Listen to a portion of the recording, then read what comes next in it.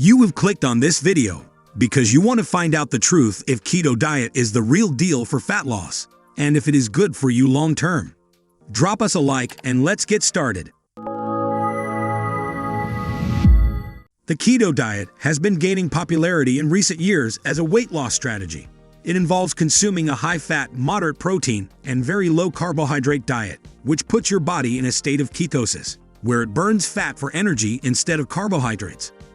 In this video, we will discuss whether the keto diet is better for fat loss, as well as the risks and dangers associated with this diet. But before we start, smash that like and subscribe button for more health-related videos. Is the keto diet better for fat loss? The short answer is yes. The keto diet can be an effective way to lose fat. When your body is in a state of ketosis, it burns fat for energy instead of carbohydrates. This can lead to rapid weight loss, especially in the first few weeks of the diet. However, it's important to note that weight loss is not always the same as fat loss. When you first start keto diet, you may lose weight quickly due to a decrease in water weight, but this does not necessarily mean that you are losing fat. In fact, studies have shown that the keto diet may not be any more effective for long-term weight loss than other diets that are less restrictive. Additionally, the keto diet may not be sustainable for everyone.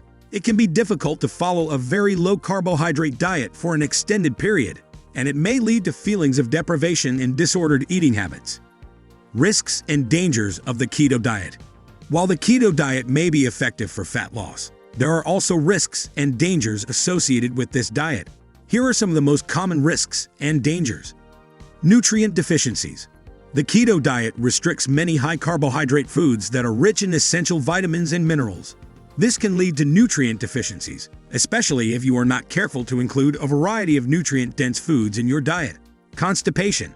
The keto diet is very low in fiber, which can lead to constipation and other digestive issues.